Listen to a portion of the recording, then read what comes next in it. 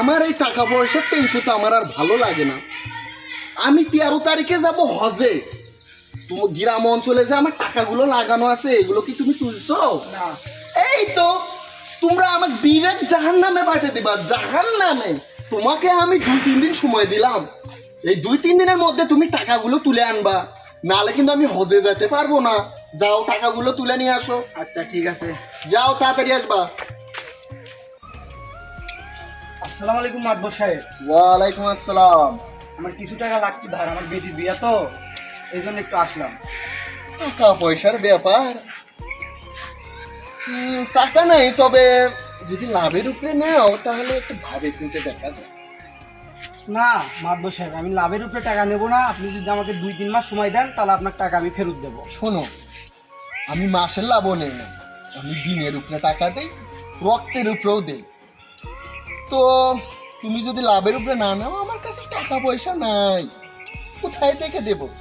তুমি এক কাজ করো, তুমি যাও বাবা, অন্য কারো কাছে দেখো, আমার একটু কাছে টাকা দেখেন, পয়সা- ব্যবস্থা করেন আপনি। না না, যদি তুমি টাকা নাও, জায়গা থাকলে একটা দলিল আছে, দলিলটা দাও।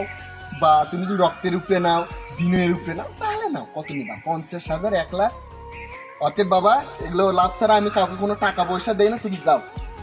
সুদখোরেরা যখন কেউ বিপদে পড়ে তখন তো কোনো সাহায্যই করে না, বরং টাকা চাইতে গেলে তখন আরও সুদের হার দ্বিগুণ বাড়িয়ে দেয়।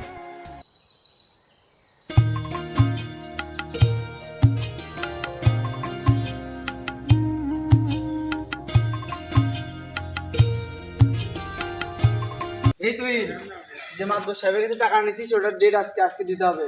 কামরুল ভাই, আমার তো এখন দুদিন ধরে বসে আছি, কাম কাজ নাই, টাকা পয়সা আমার হাতে নাই। আগামী মাসে আমি ফুল টাকা দিয়ে দেবো, আকবর সাহেবকে দেবো।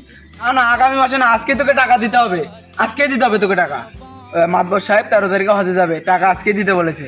না না না, আমার কাছে আমার টাকাও না, আগামী মাসে আমি দিয়ে দেবো। তুই তো আচ্ছা ফাজিল, টাকা নিয়ে টাকা দিতে যাস না।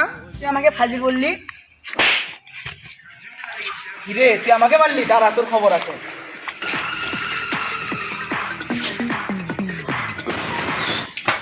মাতবর সাহেব, মাতবর সাহেব, ডিস্টার্ব দিস না। এই মাতবর সাহেব, আমাকে মেরেছে, টাকা দিতে গেছি থেকে। কে? এই দাঁড়া। ওই যে ওই বাড়ির তুইন। তুই নের এত বড় সাহস, তোকে মারছে? হ্যাঁ। এই চল দিকে। মাতবর সাহেব, আপনার দিকে টাকা দেন না, আর হাত ভাঙবো আর পাও ভাঙবো। মাতবর সাহেব, মাতবর সাহেব, এই যে তুইন, এই যে। আসসালামু আলাইকুম। সালাম পরে। এই যখন টাকা চাইতে আসছিল তখন কি তোমার কুমড়াইছিল? আকবর সাহেব, আমি ওকে বলছি আগামী মাসে ওকে আমি টাকা দিয়ে দেবো। কেন তুমি আগামী মাসে দেবা? এই মাসে কি চুলকায়? আকবর সাহেব, আমার তো এই মাসে ইনকাম নাই, আমার এই কয়েকদিন কাজ কাম হচ্ছে না, এই মাসটা আমাকে মাফ করে দিলে হয় না আকবর সাহেব? বাবা, ওগুলো করলে হবে না। 13 তারিখে আমার ফ্লাইট। একবার যদি হজ মিস হয়, বলো তো বাবা, তুমি কি আমাকে জাহান্নামে পাঠাবা? তুমি কি এই মাসে টাকাটা দিতে পারবা না? বাবা, আপনাদের আমি কয়বার এক কথা বলবো, আমি এখন আর টাকা দিতে পারবো না। হাই হাই, মাথাটা আমার তোরা দাঁড়াতে কি দেখতেছিস? কুবাকে কুবা যা। সুদখোরেরা যদি টাকা না পায়, অত্যাচার, অন্যায়, মারামারি সব কিছু করে তারা। তাদের আসল টাকার থেকে তাদের লাভের টাকাটাই আসল। মাতবর সাহেব, আপনার থেকে কয় টাকা পান?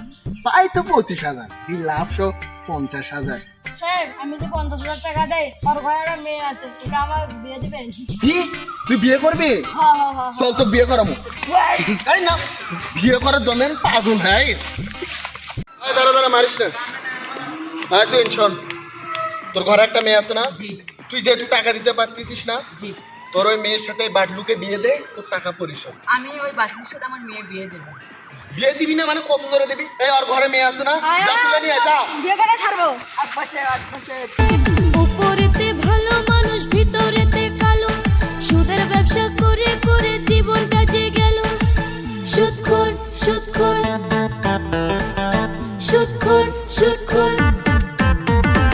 উপরেতে ভালো মানুষ, ভিতরেতে কালো, সুদের ব্যবসা করে করে জীবনটা যে গেল।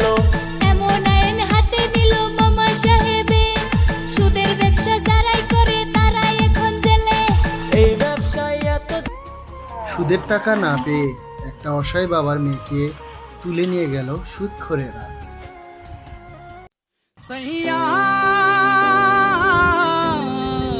আর চর শঙ্করদহের বেগম বেওয়ার এই আরতি যেন উত্তরের নদ নদী পাড়ের হাজারো পরিবারের প্রতিচ্ছবি। বড় বন্যা না হলেও দফায় দফায় পানি বৃদ্ধিতে ফসল নিয়ে দিশেহারা তারা। নদী অববাহিকা জুড়ে আমন সহ সব ফসল কোথাও পানির নিচে, কোথাও ডুবু। অথচ আমনের এই আবাদ দিয়েই বছরের বাকি সময়টায় খাবারের যোগান হয় তাদের। অভিযোগ, এমন দুঃসময়ে কৃষি বিভাগও নেই পাশে।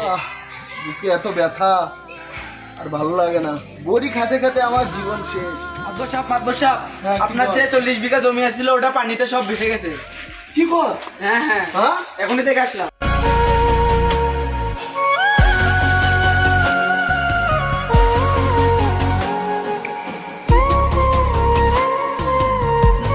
কলাপাড়ায় অর্ধশতাধিক গ্রাহকের কোটি টাকা নিয়ে উধাও হয়ে গেছে আল আরাফা ইসলামী ব্যাংকের পাকিমারা আউটলেট শাখার ক্যাশিয়ার রিয়াদুল ইসলাম ইউসুফ। এ ঘটনায় সোমবার বেলা 11টায় ব্যাংক ঘেরাও করে বিক্ষোভ করেছে ভুক্তভোগী গ্রাহকরা। এ সময় তারা মানববন্ধন কর্মসূচিও পালন করে। হ্যাঁ। আপনি যে ব্যাংকে টাকা তুলছিলেন সে ব্যাংক আল্লাহ তালা তুলে মেরে পুরুত। কি বলিস? হায় হায়, কি বললি তুই এটা? আল্লাহ! আল্লাহ তাআলা কোরআন মাজিদে শুয়ার খাইতে মানা করছে একবার এবং সুদ খাইতে মানা করছে ৭০ বার। তবু আমরা বাঙালিরা সুদ খাইতে সবচেয়ে বেশি ভালোবাসি। সুদ খাবেন সামনে দিয়ে, বের হবে পিছন দিয়ে।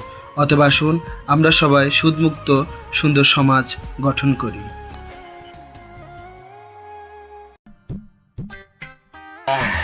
শোনেন, সুদ কম করে খান, নাহলে এভাবে পিছনে ঢুকে যাবে।